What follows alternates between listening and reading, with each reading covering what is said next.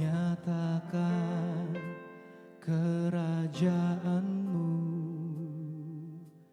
jadilah kehendakmu ya Raja. Kekuasaanmu besar, pemerintahanmu dahsyat, seluruh bumi penuh kemuliaanmu. Nyatakan kerajaanmu, jadilah kehendakmu ya Raja.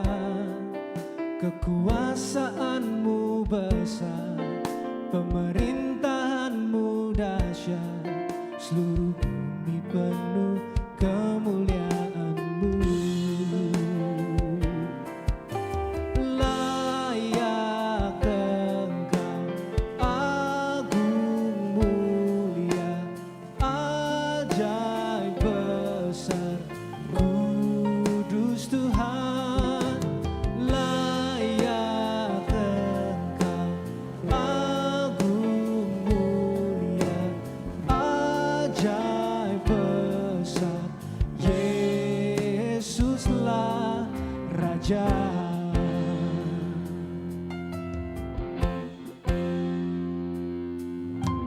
Nyatakan kerajaanmu, jadilah kehendakmu ya Raja. Kekuasaanmu besar, pemerintahanmu dahsyat, seluruh bumi penuh kemuliaanmu. Layak, layak Engkau, agung mulia, ajaib besar, kudus Tuhan. Layak Engkau, agung mulia, ajaib besar, Yesuslah. Layak Engkau, agung mulia, ajaib besar, kudus Tuhan. Layak Engkau, agung mulia, ajaib besar, Yesuslah Raja.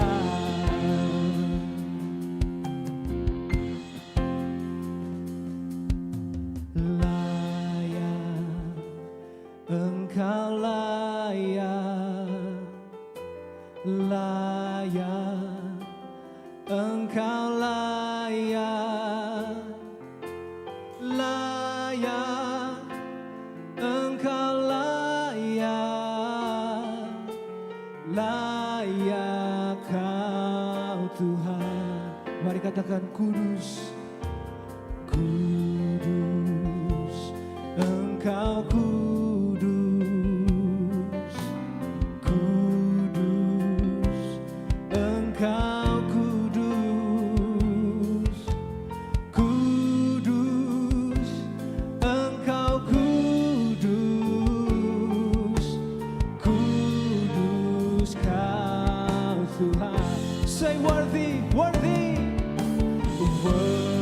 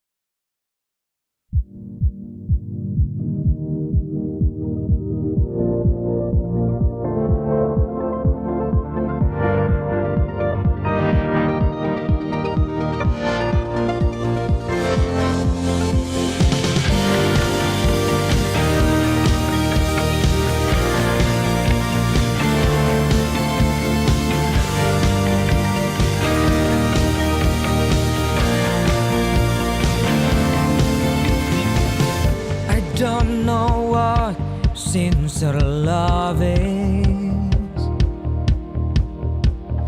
I don't know what faithful love is. They all always come and go,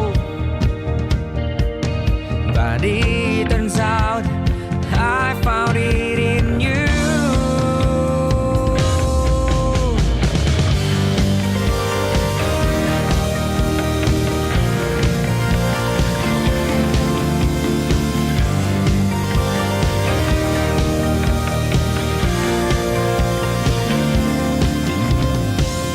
I don't know what sincere love is. I don't know what faithful love is. They all always come and go, but it turned out I found it in you. You give me strength, you give me change when I fall and I'm far from you. You give me love, everlasting love. I never want to lose you. One thing I know, I found all I need. You promised me you'd never leave me. One thing I know, I found all I need. You promised me you'd never leave me. One thing I know, I found all I need. You promised me you'd never leave me. One thing I know, I found all I need. You promised me you'd never leave me. You give me strength, you give me change when I fall and I'm far from you.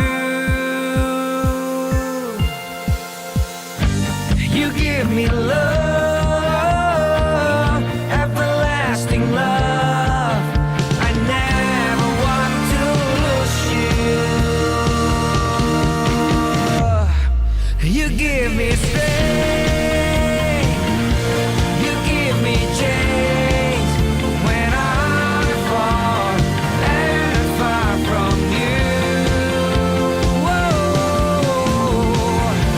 You give me love, everlasting love.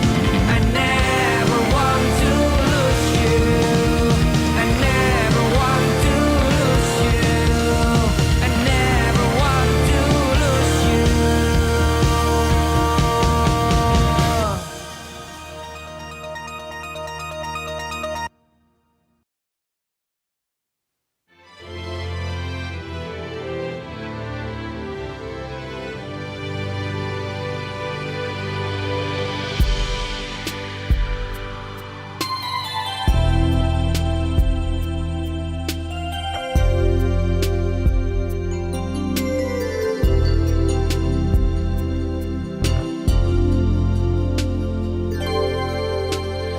Lord, I surrender. I give my life to you alone. Please heal my heart, Lord. I cried out with all my heart.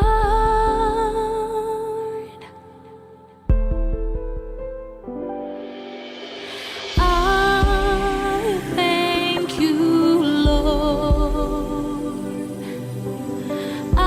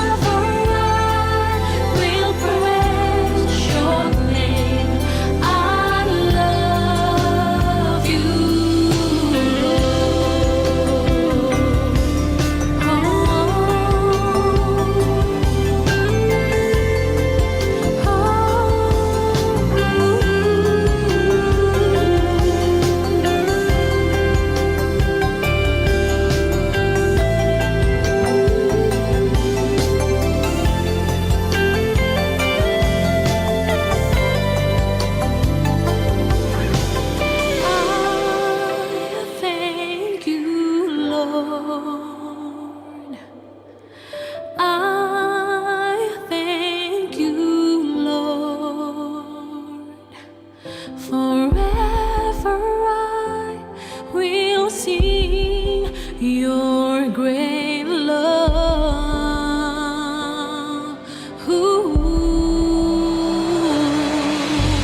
I thank you, Lord. I thank you, Lord. Forever I will sing your great love. Oh, I love you, Lord. I love you, Lord. Forever I will praise your name. I love you, Lord. Forever I will praise your name. I love you, Forever I will praise your name. I love you,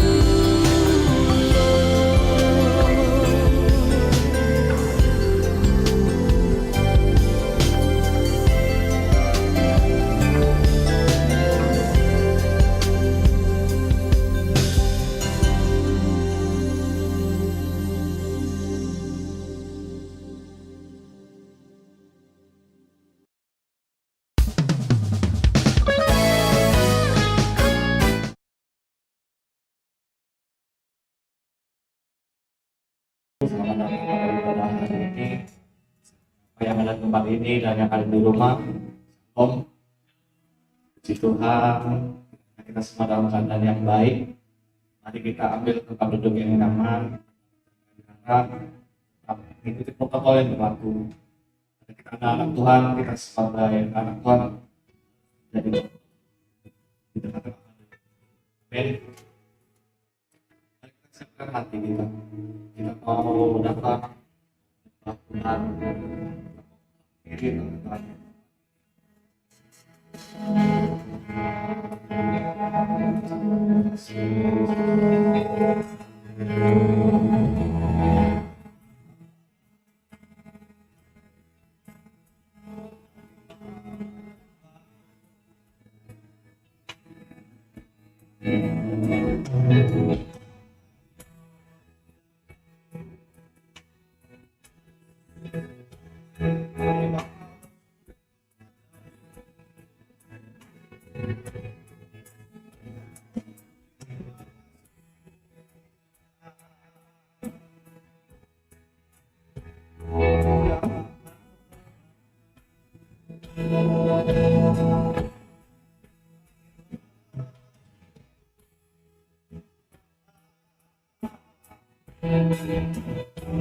Terima kasih padamu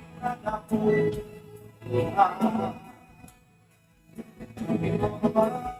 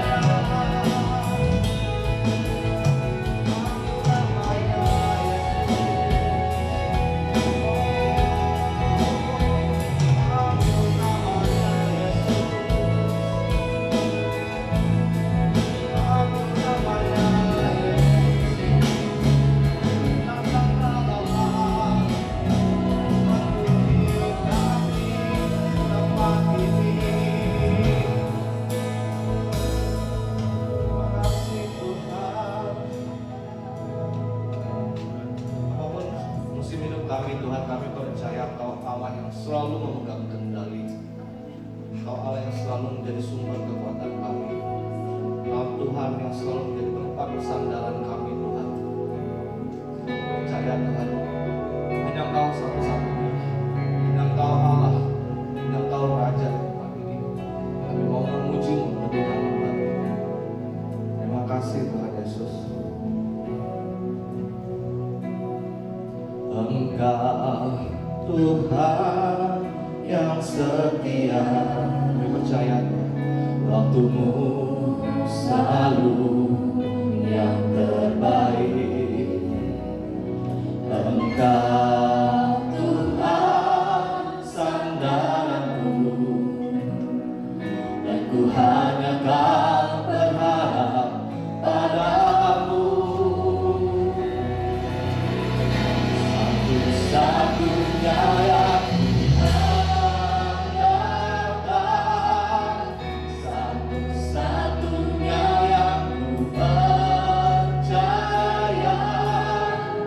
Engkau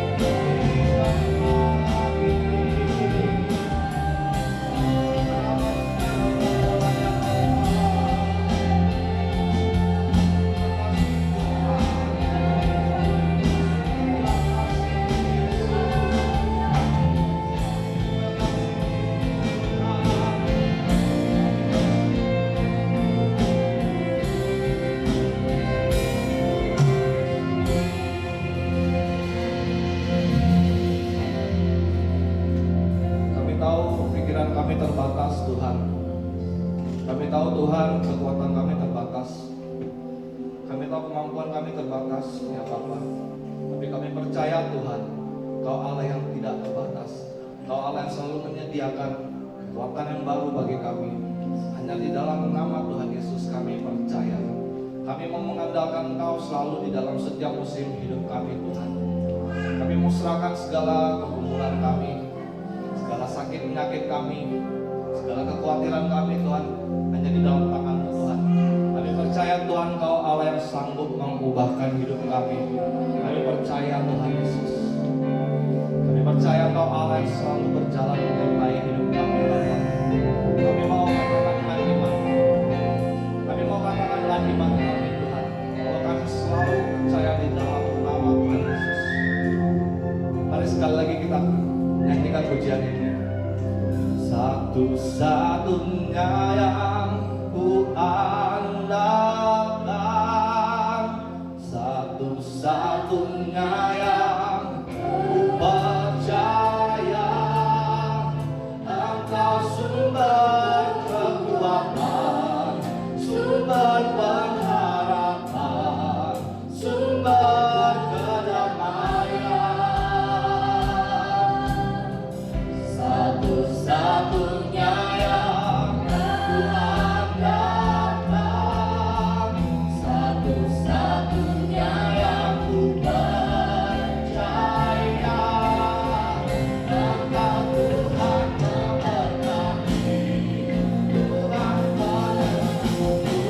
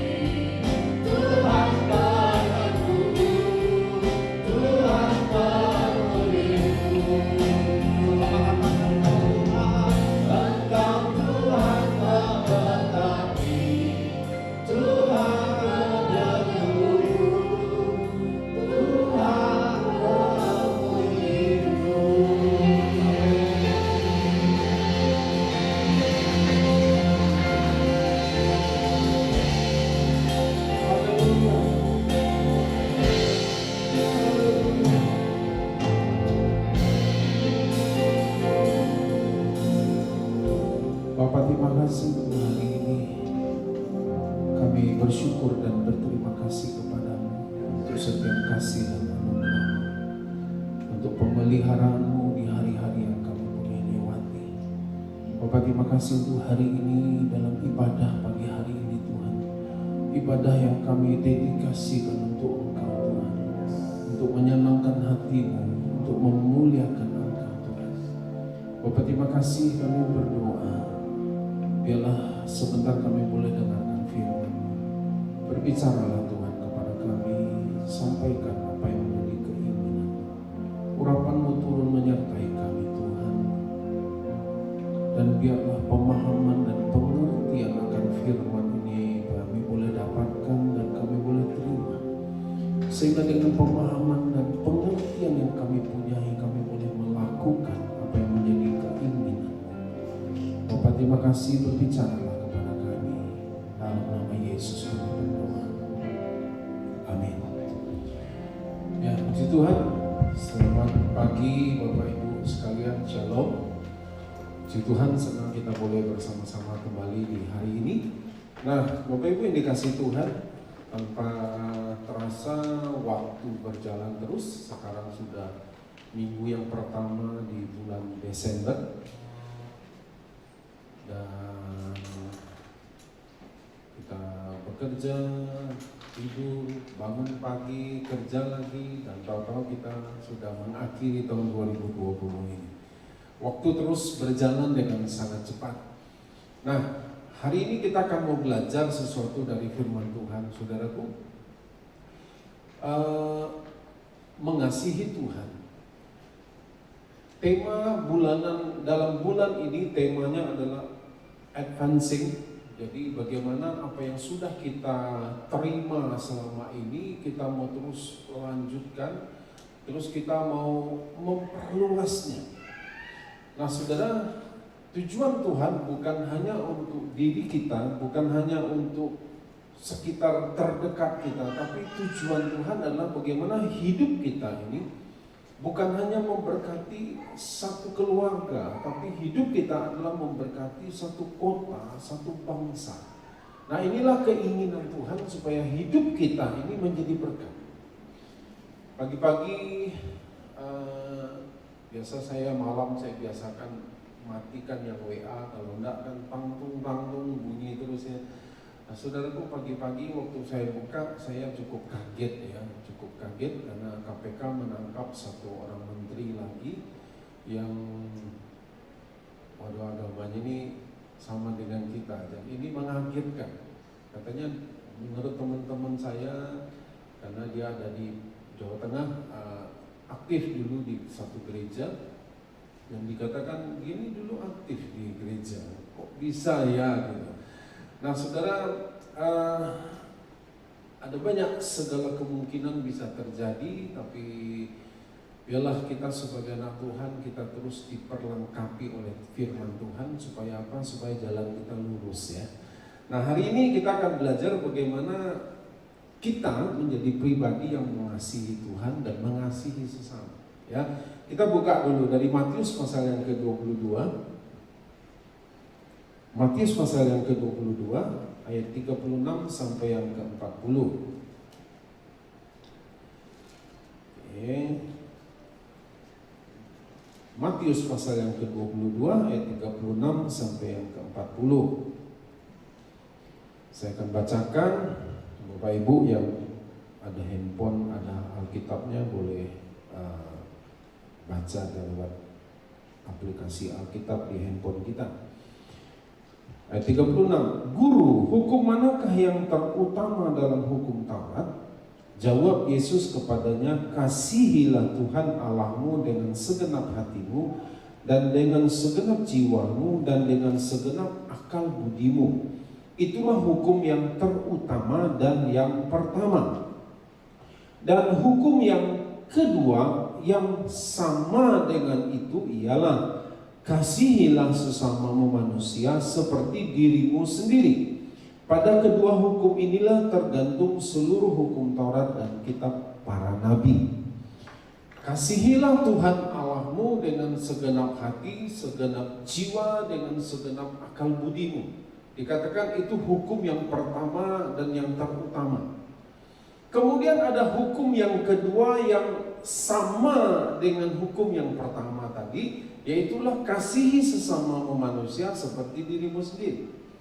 Saya dalam mempersiapkan ini, kemudian saya ketemu ada hal-hal yang saya sendiri diberkati, saudaraku.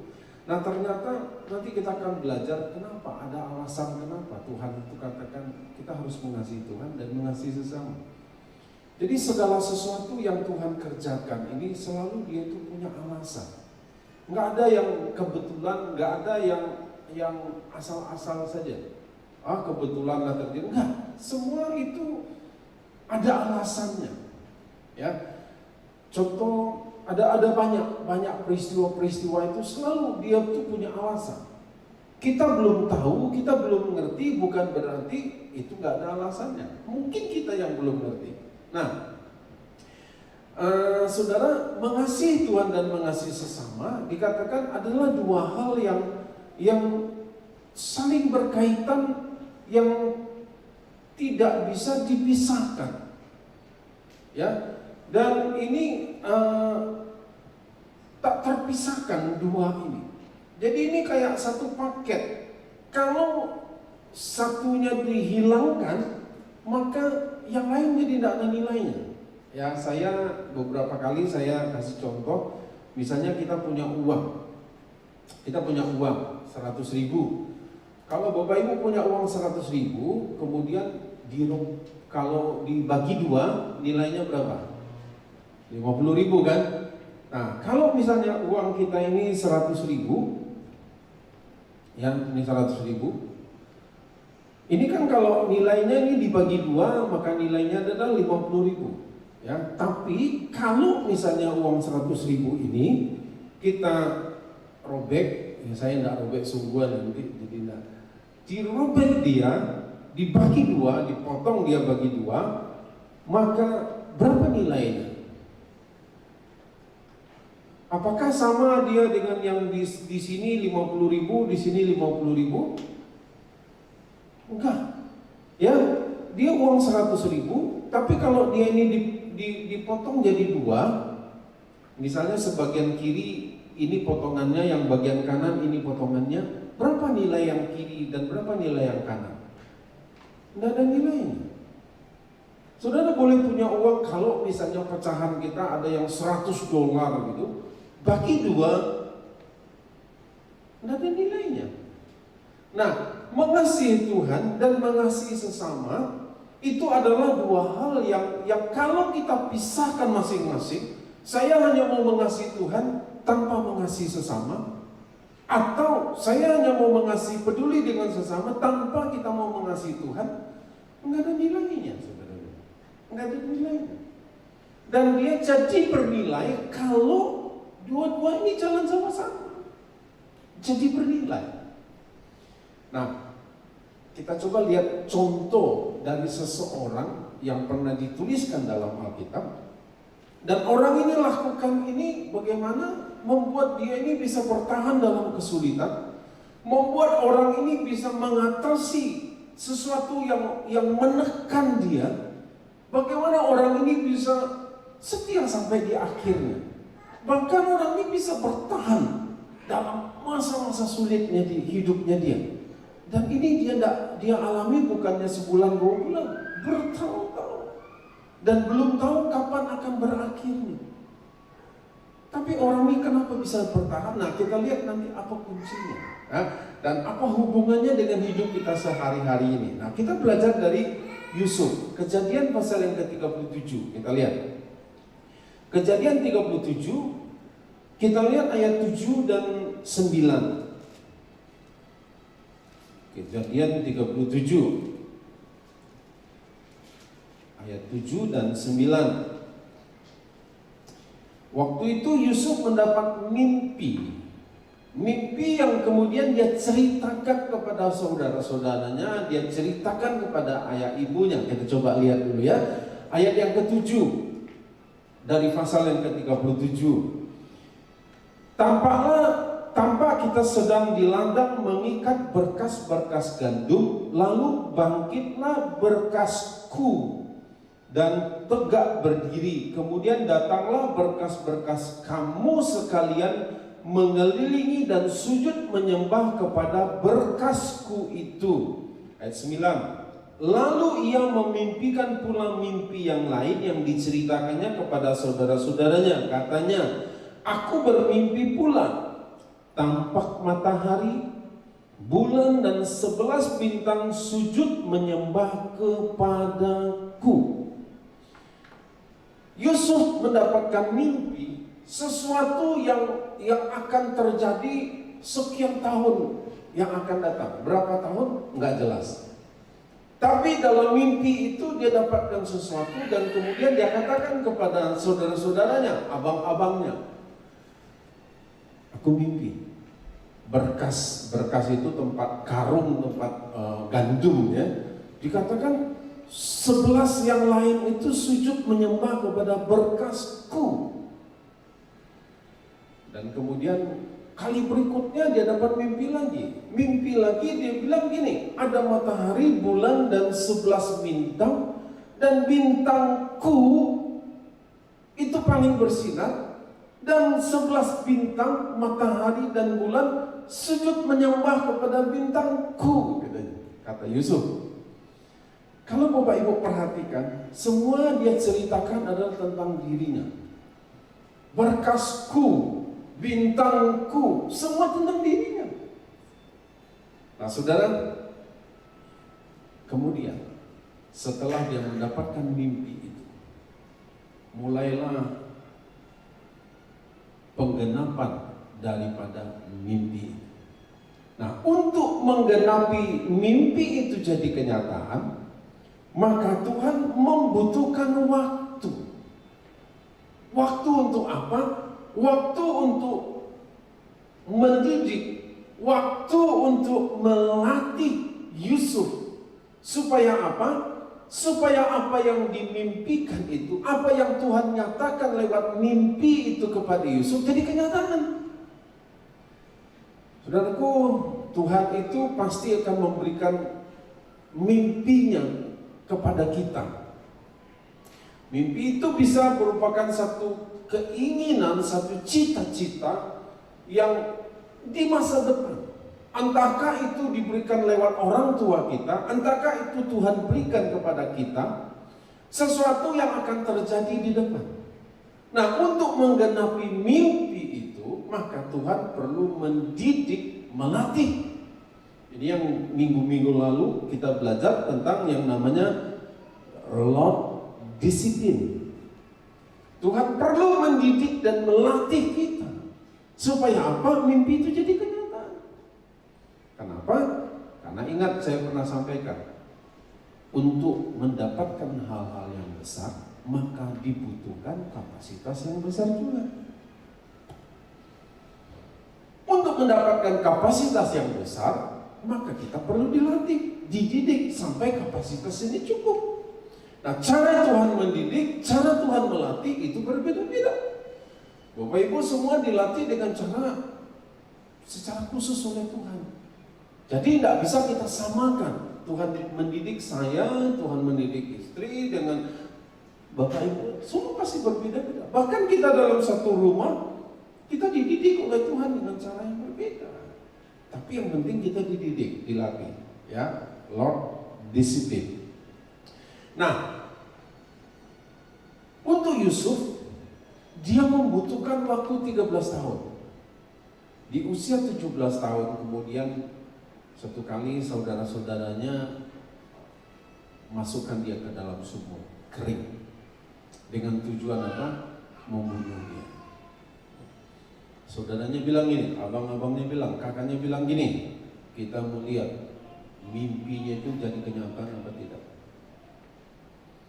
Tapi kemudian tiba-tiba dia muncul ide yang lain. Ngapain kita bunuh adik kita? Udahlah, jual aja dia. Nggak jadi dibunuh. Saudaraku, kadang-kadang saya merenungkan begini. Ada banyak kali Tuhan itu memberikan ide-ide, entahkah itu dalam pikiran kita, entahkah itu dalam pikiran orang lain.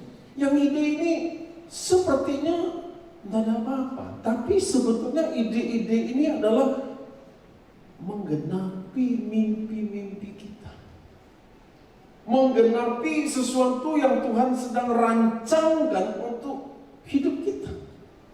Tiba-tiba muncul ide, padahal awalnya mereka mau bunuh. Tiba-tiba, nggak salah bunuh, tuh nih adik kita, darah daging kita, udahlah nggak usah bunuh.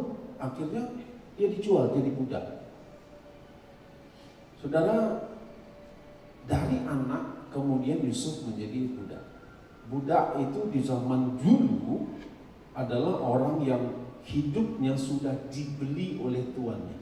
Begitu orang membeli dia, maka hak hidup si budak itu tergantung kepada tuannya. Dan tidak ada hukum nanti yang akan menentang daripada si tuannya. Kenapa? Karena hukumnya adalah aku sudah beli.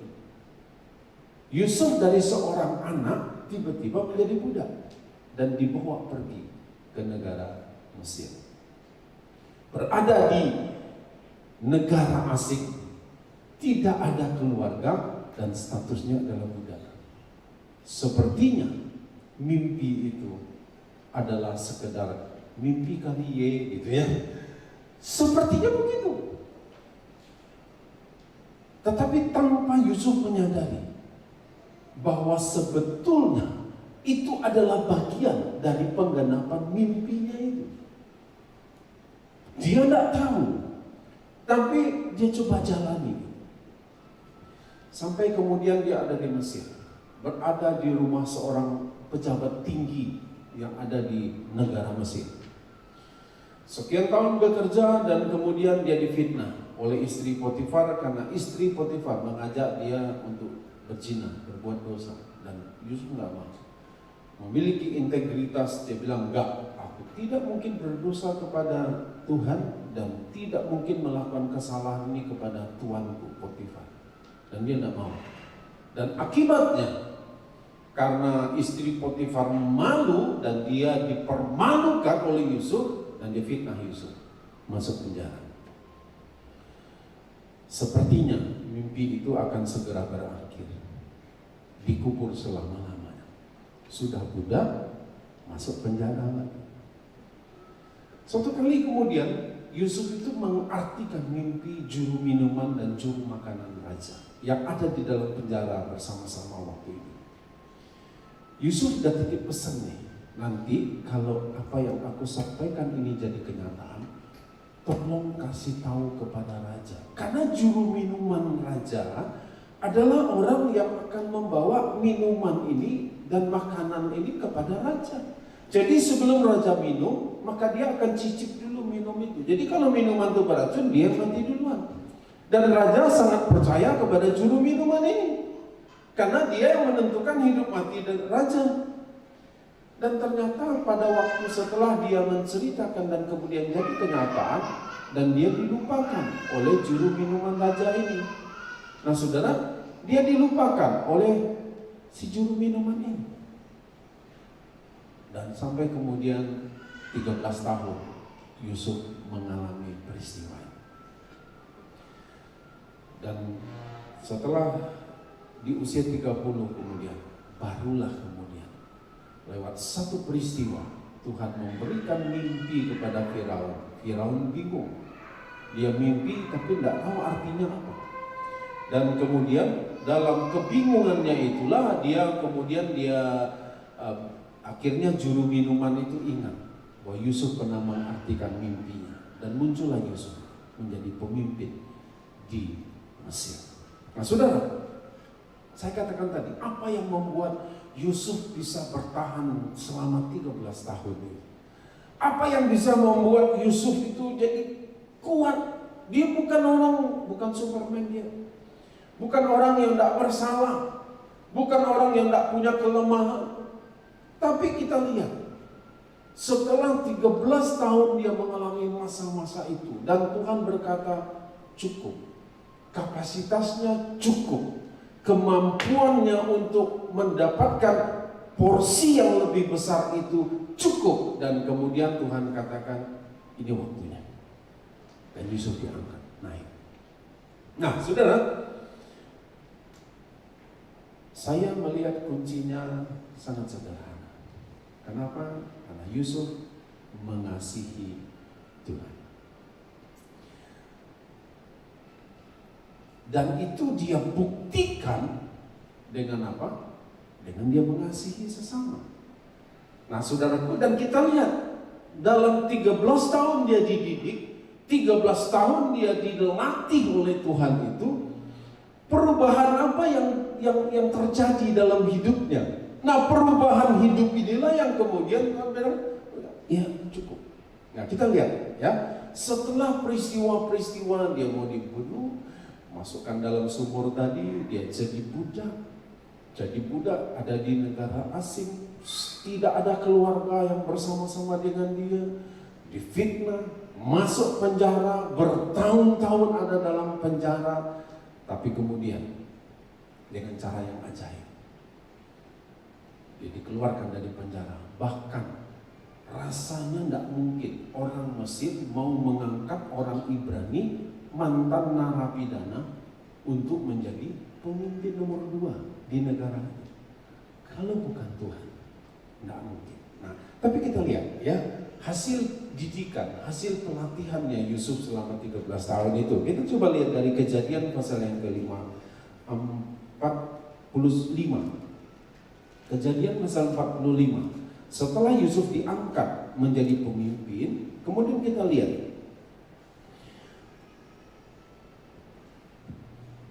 sudah terjadi 7 masa tahun kelimpahan, dan kemudian sudah masuk kepada 7 tahun masa kekeringan. Sudah tidak ada lagi bahan makanan di rumah-rumah orang. Uang ada tapi makanan tidak ada. Dan kemudian Yakub, bapaknya Yusuf, sudah menyuruh anak-anaknya pergi untuk membeli makanan. Yusuf kenal mereka, mereka tidak kenal Yusuf ya. Nah, kita lihat pasal yang ke-45 ayat yang ke-5. Kemudian Yusuf sudah, judul perikopnya, Yusuf memperkenalkan dirinya kepada saudara-saudaranya. Ayat 5, tetapi sekarang janganlah bersusah hati dan janganlah menyesali diri, karena kamu ini siapa? Kakak-kakaknya, abang-abangnya, menjual aku ke sini sebab untuk memelihara kehidupanlah. Apa yang bilang apa? Allah, Tuhan menyuruh aku. Waktu dia dapat mimpi, berkasku, bintangku.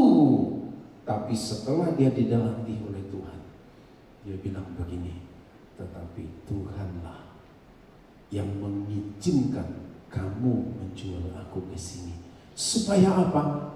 Tuhan menyuruh aku untuk memelihara kehidupan kita semua. Lanjut.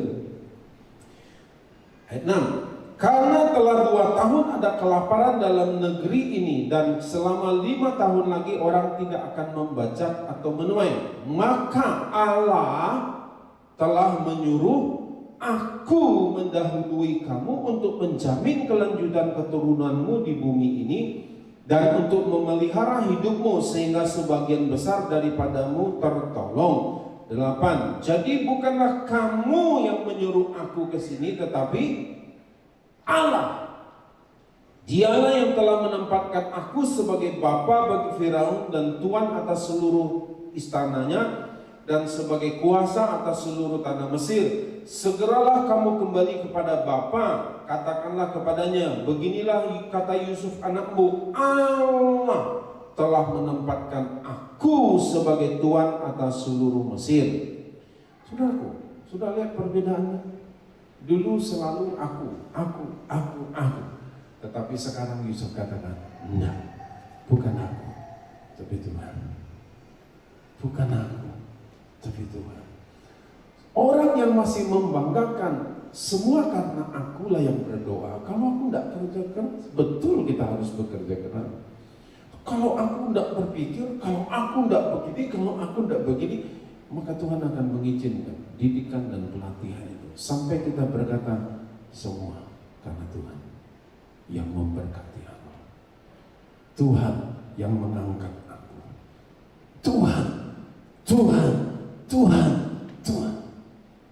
Tapi selagi kita terus fokusnya kepada diri kita, maka Tuhan akan terus mendidik kita sampai kita akan berfokus kepada Tuhan, Tuhan, Tuhan. Yusuf mengasihi Tuhan tanpa syarat, tanpa alasan. Saudara, istri saya pernah tanya, apa alasannya kamu mengasihi saya?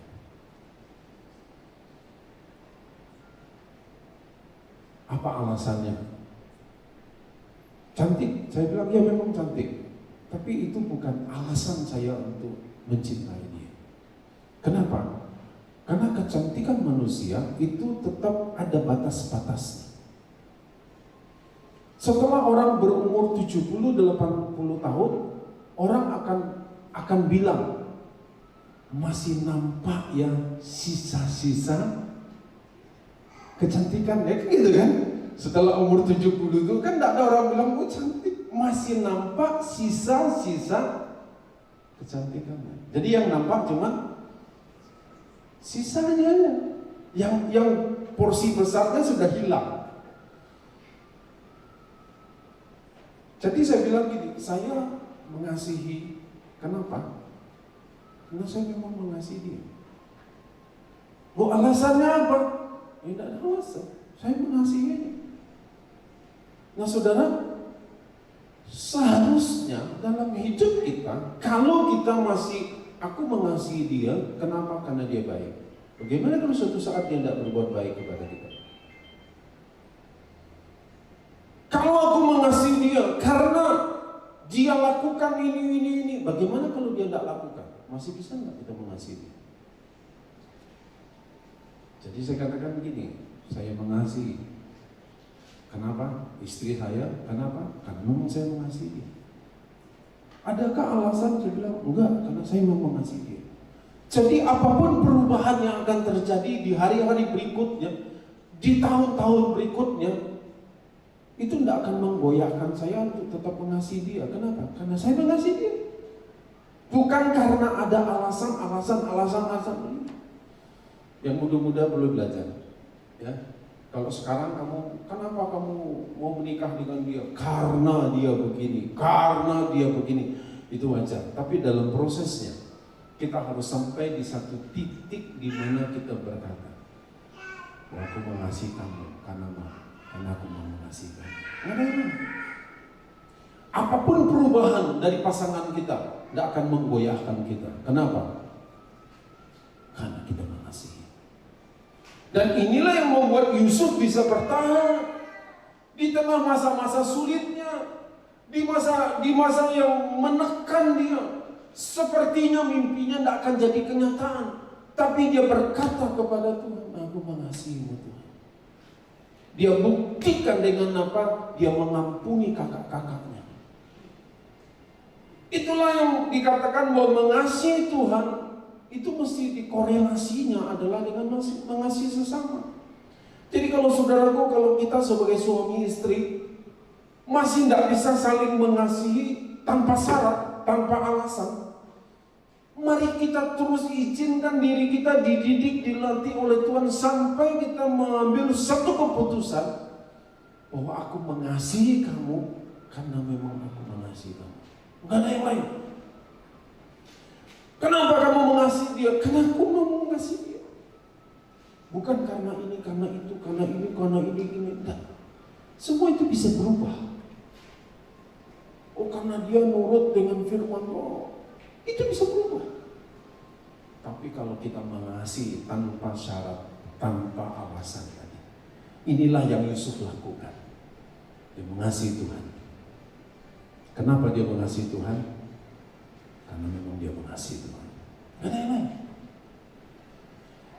Mari kita mendidik dan latih diri kita untuk juga bisa bersikap seperti itu.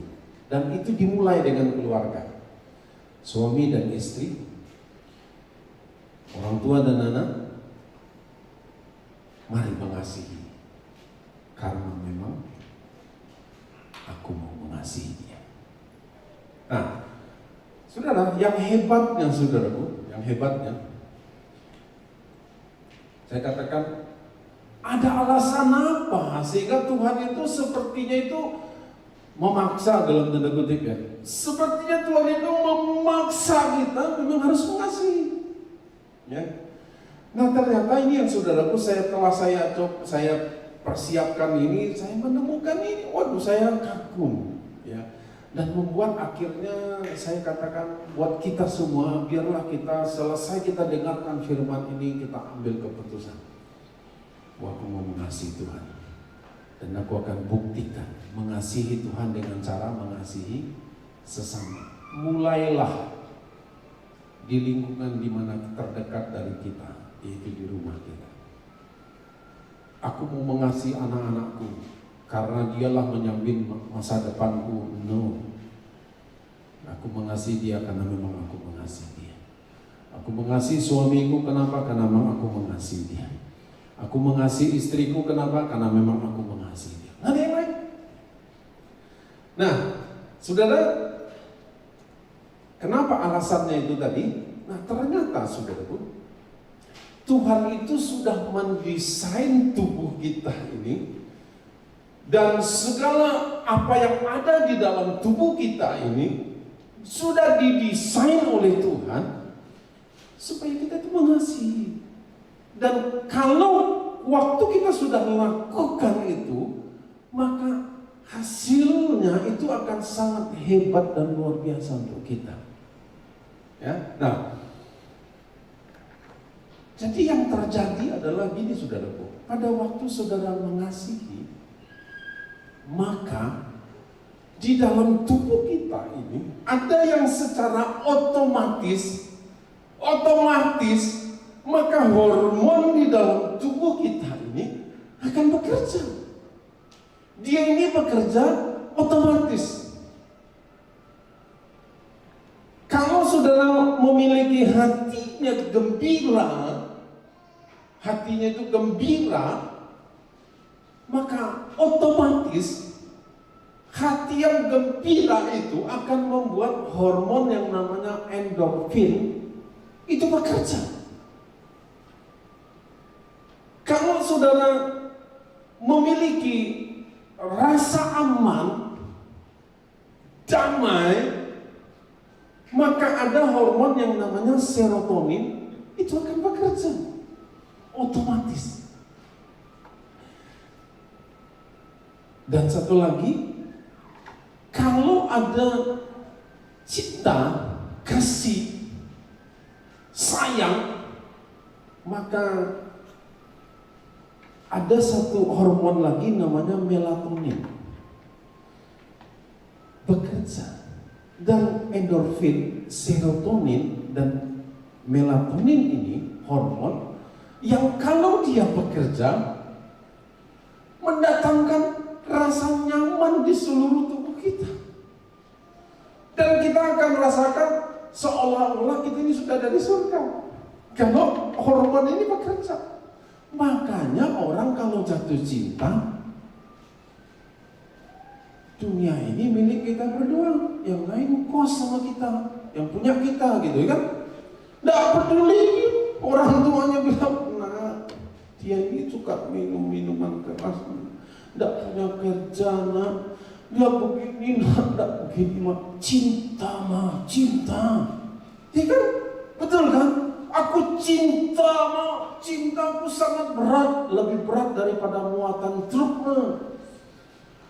Cinta, kenapa? Karena rasa cinta itu membuat rasanya sehingga dia lupa kalau calonnya ini ternyata tidak sesuai dengan orang tuanya. Kenapa? Karena cinta. Jadi saudaraku, sudah ingin sehat, sudah ingin bahagia, biarkan hormon-hormon ini otomatis bekerja. Nah dia ini bekerja kalau saudara punya damai, serotonin bekerja. Saudara punya rasa aman. Tapi kalau saudara punya rasa curiga, ngomong, Alun tekile olah takalang. Dia ngomong ini nih. Ini dia begini nih. Curiga aja dengan orang lain. Ini dia begini nih. Dia kirim bapak ke rumah. Apa maksudnya? Apa tujuannya? Kenapa dia telepon saya jam segini? Apa tujuannya? Apa yang akan terjadi, saudaraku? Kalau orang selalu marah, curiga, maka yang bekerja itu namanya hormon kortisol. Dan satu lagi, kalau orang kecewa, orang sakit hati, orang ketakutan, kekhawatiran, maka yang bekerja satu lagi hormon namanya epinefrin. Hormon kortisol dan epinefrin ini bekerja juga secara otomatis. Dia tidak perlu diminta-minta, tidak perlu didoa-doakan. Kalau saudara memiliki ketakutan, kekhawatiran, otomatis hormon ini bekerja. Dan dua hormon ini adalah hormon yang menghancurkan imun tubuh manusia. Mengapa orang yang kecewa, orang yang kepahitan seringkali mati muda, kena sakit ini, kena sakit. Kenapa? Karena hormon itu terlalu banyak bekerja. Dan terlalu banyak bekerja, dia merusak imun tubuh kita. Makanya jadi dia tidak sehat. Amsal pasal 15 ayat yang ke-13. Baca sama-sama ya. Amsal 15 ayat 13. 2, 3. Hati yang gembira membuat muka berseri-seri, tetapi kepedihan hati. Coba tengok dulu di sebelah itu berseri-seri atau sedang kepahitan. Ya gua kepahitan sama lu gitu. Tapi gini saudaraku, kita kan bilang gitu. Kalau hatinya gembira, maka mukanya berseri-seri. Tapi kepahitan menghancurkan semangat. Amsal 17 ayat 22.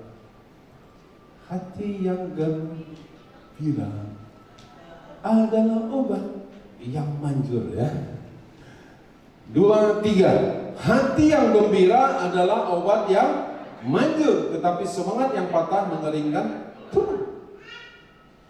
Pilihan ada sama kita. Saudara mau sehat, saudara mau bahagia, mau mukanya berseri-seri, sederhana. Tuhan bilang mengasihi. Siapa yang harus kita kasihi?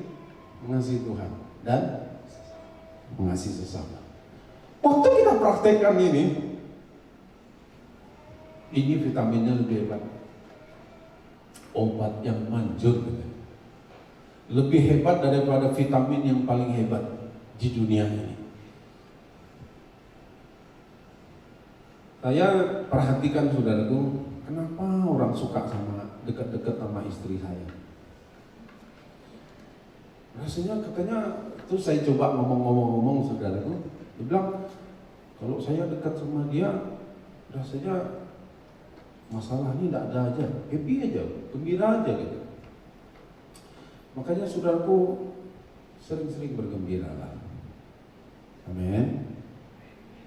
Kalau hari libur, kalau memang perlu pergi, berliburlah setelah masa pandemi ini selesai. Ya kan begitu ya? Kalau memang saudara pergi, pergilah. Kalau perlu saudara pergi berdua-dua mengenang masa lalu, makan bakso di pinggir jalan. Ya kan rasanya tidak enak, tapi karena berdua dulu, enak deh, enak bang, enak. Padahal itu tidak enak. Cuma karena berdua, karena ada rasa cinta, semua jadi enak.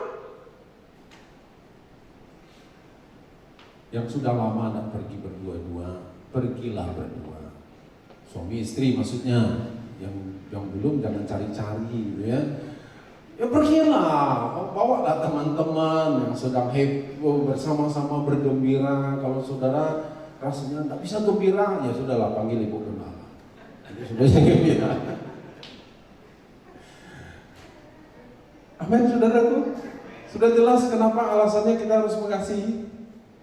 Karena pada waktu saudara mengasihi Tuhan, mengasihi sesama, maka tubuhmu akan sehat. Engkau akan bahagia. Kenapa? Otomatis hormon ini bekerja. Dan hormon yang bekerja ini mendatangkan kebaikan untuk kita. Mendatangkan sesuatu yang sangat hebat untuk kita. Ini otomatis. Maka saudaraku, pilihan kita adalah yang pertama mengasihi Tuhan dan sesama. Yang kedua, mengasihi Tuhan dan sesama. Pilihan yang ketiga, mengasihi Tuhan dan sesama. Enggak ada pilihan yang lain. Karena apa? Karena Tuhan kepingin Bapak Ibu semua berbahagia, tubuhnya sehat, mukanya berseri-seri, menikmati hidup ini. Kenapa? Karena Tuhan sayang dengan kita. Mari kita berdoa. Bapak, terima kasih untuk hari ini Tuhan. Kami boleh diberi satu pemahaman dan pengertian. Kami harus mengasihi-Mu Tuhan, dan kami harus mengasihi sesama. Bapak, terima kasih. Kami tahu Engkau kepingin, Engkau sangat rindu kami menikmati tubuh yang sehat, kami menikmati kebahagiaan, kami menikmati hari-hari yang kami jalani, karena kami tahu Tuhan Engkau bersama-sama dengan Engkau mengasihi kami, dan Engkau memberikan jalan supaya kami bisa mendapatkannya itu dengan cara mengasihi-Mu dan mengasihi sesama. Bapak, terima kasih. Bila hari ini kami mengambil keputusan, kami mau mengasihi-Mu Tuhan, dan kami mau mengasihi sesama kami. Bapak, terima kasih. Terpujilah nama-Mu Tuhan. Dalam nama Yesus kami berdoa. Amin. Puji Tuhan. Nah, saudara, sebelum saya serahkan, tanggal 25 Desember kita akan ada ibadah, ya, karena memang tidak diizinkan kita melakukan satu kegiatan yang melibatkan jumlah orang yang besar. Jadi saudara yang sudah terdaftar di dalam WA grup jemaat, nanti saya akan buatkan di WA grup itu daftar list. Saudara bisa hadir nggak tanggal 25? Kenapa? Karena kami perlu mengantisipasi, karena ada banyak kristal. Sudah tahu kristal? Kristal Natal. Jadi tanggal 25 itu wajib hadir. Nah, jadi munculnya ini cuman tanggal 25 gitu. Jadi itu kita antisipasi supaya tempat ini cukup gitu ya. Karena tidak mungkin kita tidak protokol kesehatan kita tetap harus penuhi. Nah, untuk itu kita akan buatkan listnya untuk Bapak Ibu Saudara yang belum terdaftar di WA grup jemaat. Nanti selesai ibadah ini bisa tolong tinggal sebentar, saudara ketemu dengan Bapak Andre atau Bapak Herman, ya, atau ketemu dengan saya atau dengan Ibu Gembala, ketemu sebentar. Nanti kita akan masukkan nama ibu ke dalam daftar WA grup ini. Nah, jadi saudaraku, WA grup ini saya sampaikan sekali lagi, WA grup ini hanya khusus untuk memberikan informasi tentang ibadah. Tidak boleh ada postingan yang lain. Saya hanya sampaikan yang ada hubungan dengan ibadah saja. Ya, sekali lagi untuk Bapak Ibu yang belum terdaftar di WA grup, tolong selesai ibadah ini tolong beritahu kami supaya kami bisa masukkan ke dalam WA grup jemaat GP Rock Padang, ya. Puji Tuhan, Tuhan memberkati kita semua.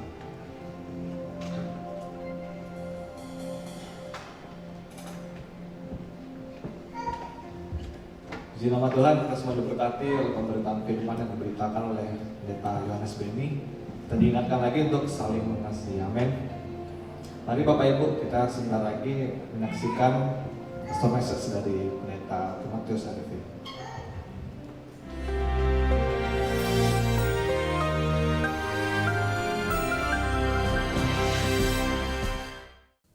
Shalom semua warga kerajaan. Tanpa terasa kita berada di akhir daripada tahun ini. Tahun akademi, tapi juga menuju revival. Dan seperti biasa, Tuhan itu caranya, metodenya sederhana. yaitu memakai seseorang. Ayat pokok kita dari Yesaya 32 ayat yang pertama. Behold, lihatlah, seorang raja akan memerintah dengan kebenaran dan keadilan. Juga para bangsawan, prinses, para pemimpin juga akan melayani di dalam keadilan. Ya, kebenaran, keadilan itu adalah dasar daripada kerajaan Allah. Lalu kemudian dikatakan seseorang, a man, akan jadi tempat perteduhan dan perlindungan daripada angin ribut. Dan kemudian seperti sungai yang mengalir di tempat-tempat kering. Dan seperti batu karang yang besar, tempat berteduh dari terik matahari. Batu karang yang besar. Saya pernah pergi ke Israel di daerah selatan, di daerah padang gurun. Dan di situ saya melihat di mana para raja wali tinggal. Dan saya lihat, saya mengintip daripada batu karang itu, dan di bawah ada kafilah. Panasnya memang luar biasa, saudara. Ya, saya bayangkan kalau saya taruh wajan di sini, saya ceplok telurnya langsung, saudaraku, matang gitu. Ya. Adakah orang-orang semacam itu? Ada. Tema kita adalah tentang advancing. Setelah be fruitful and multiply, ya. Itu multiply dan fruitful itu adalah advance, ada lebih jauh lagi, yaitu memenuhi bumi. Kita melihat dalam Kisah Para Rasul, ada orang-orang semacam itu yang tadinya nggak dikenal. Mereka adalah the new emerging leaders. Kita melihat 7 diaken yang dipilih untuk melayani oma-oma, emak-emak, daripada yaitu mereka yang berbahasa Yunani. Kita melihat di dalam Kristus tidak ada tempat buat rasialisme.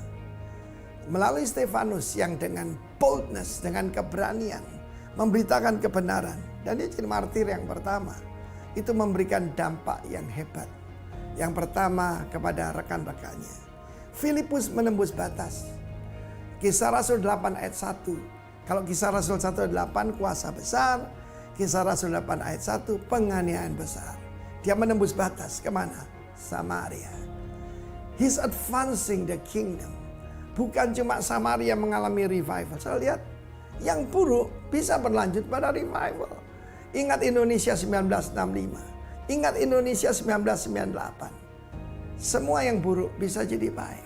Bom Bali, ya, juga bisa banyak orang bertobat. Nah, saudara kemudian menembus batas lebih jauh lagi ketika dia bertemu dengan sida-sida dari Ethiopia. Dan orang inilah yang membuat kenapa banyak orang Ethiopia jadi percaya pada Tuhan Yesus. Dia menembus batas. Sida-sida ini adalah keturunan Ham pertama yang menjadi orang percaya. Lewat kehidupan a new emerging leader, yaitu Filipus. Jadilah seperti Filipus. Mulai dengan apa saja melayani emak-emak, diakonia, baksos, dan Tuhan akan memilih engkau. Mereka tidak ditunjuk oleh rasul-rasul. Mereka diminta oleh jemaat. Berarti mereka punya nama baik di luar jemaat. Karena itu kalau saudara ingin menjadi tempat perlindungan dari angin ribut, menjadi orang yang hebat itu, maka saudaraku yang kekasih, engkau pertama-tama harus dipenuhi dengan Roh Kudus, dengan roh hikmat dan kuasa. Tuhan memberkati. Amin.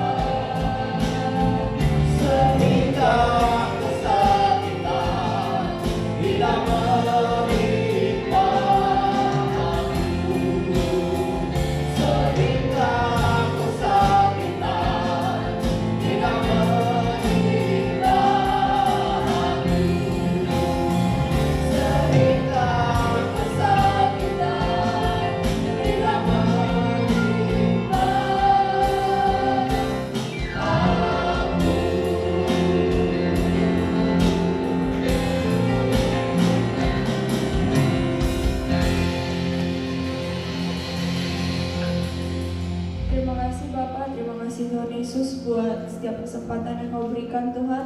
Buat hari ini Tuhan kami datang Tuhan untuk kami menghadap hadirat-Mu Bapak. Tuhan biar Tuhan seperti lagu yang kami nyanyikan Tuhan, kesakitan itu tidak akan menimpa kami Tuhan. Dan biar Tuhan Kau yang selalu memberkati hidup kami Bapak. Terima kasih Bapak, terima kasih Tuhan Yesus buat setiap kebaikan-Mu Tuhan. Tuhan ajar kami Tuhan untuk kami mengasihi tanpa syarat Tuhan. Ajar kami untuk kami mengasihi Engkau Tuhan, karena Engkau terlebih dahulu mengasihi kami Tuhan. Tuhan ajar kami Tuhan untuk kami bisa menjadi berkat dimanapun kami berada Tuhan. Tuhan biar Tuhan kami jadi anak-anak-Mu yang mau terus belajar Tuhan, dididik Tuhan untuk sebagai Engkau sebagai Bapa kami yang terus mendisiplinkan hidup kami Tuhan. Tuhan buat kami percaya Tuhan untuk setiap apapun yang terjadi dalam hidup kami Tuhan, Engkau tetap Bapa yang pegang kontrol Tuhan. Terima kasih Bapak, terima kasih Tuhan Yesus. Kami juga berdoa khususnya Tuhan buat bangsa negara kami ini Bapak. Tuhan berkati Tuhan mulai dari jajaran yang paling tinggi Tuhan, Bapak Presiden Tuhan, wakil-wakilnya Tuhan. Juga kami berdoa Tuhan buat provinsi kami Tuhan, kalau sebentar lagi Tuhan akan diadakan pemilihan gubernur Tuhan tanggal 9 Tuhan. Biar Tuhan ada ketertiban atas pilkada ini Bapak. Tuhan Engkau yang berkati Tuhan, biar Tuhan gubernur yang terpilih yang daripada-Mu Tuhan. Tuhan kami percaya Tuhan rencana-Mu yang terbaik Bapak. Kami juga berdoa khususnya buat wali kota kami Tuhan. Biar Tuhan wali kota kami memimpin sesuai dengan rencana-Mu Bapak. Terima kasih Tuhan, kami juga gak lupa Tuhan untuk kami berdoa Tuhan buat Yerusalem, Sumatera Barat Tuhan, Mentawai Tuhan.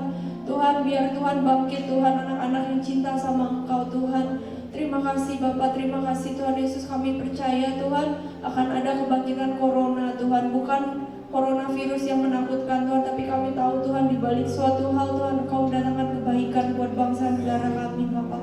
Terima kasih Bapak, terima kasih Tuhan Yesus. Kami juga berdoa khususnya buat gereja kami di tempat ini Tuhan, buat gembala kami Tuhan, Bapak Yohanes Beni beserta keluarga Tuhan. Kau yang pakai beliau Tuhan, apapun yang diperbuat Kau buat berhasil dan beruntung Bapak. Terima kasih Tuhan, kami juga berdoa khususnya Tuhan buat gembala besar kami Tuhan, Bapak Timotius Arifin Tuhan. Kau yang pakai dengan luar biasa Tuhan. Terima kasih Bapak, terima kasih Tuhan Yesus. Tuhan kalau sebentar kami akan pulang Tuhan, dan juga sebentar kami akan berikan persembahan Tuhan. Kau yang berkati Tuhan, tangan-tangan memberi Bapak. Terima kasih Tuhan Yesus, sebentar kami akan menerima berkat melalui hamba-Mu Bapak. Sekarang mari kita mengangkat tangan kita, mengarahkan hati kepada Tuhan. Tuhanlah yang akan memberkati seluruh kehidupan. Hidup yang dikasihi oleh Tuhan, pulang dan terimalah berkat yang berlimpah dari Allah Bapa, kasih, damai dan sukacita dari Yesus Kristus anaknya, dan persekutuan dengan Allah Roh Kudus yang menyertai, menuntun dan membimbing kehidupan mulai dari saat ini dan bahkan sampai selama-lamanya. Yang percaya dan diberkati, mari bersama-sama katakan amin. Saudara, untuk pengumpulan pakaian layak pakai nanti kita masih tunggu sampai hari Minggu besok ya. Nanti sudah boleh berikan paling telat hari Minggu besok sebelum kita akan salurkan kepada yang lain. Selamat hari Minggu, Tuhan memberkati Bapak Ibu sekalian. Salam.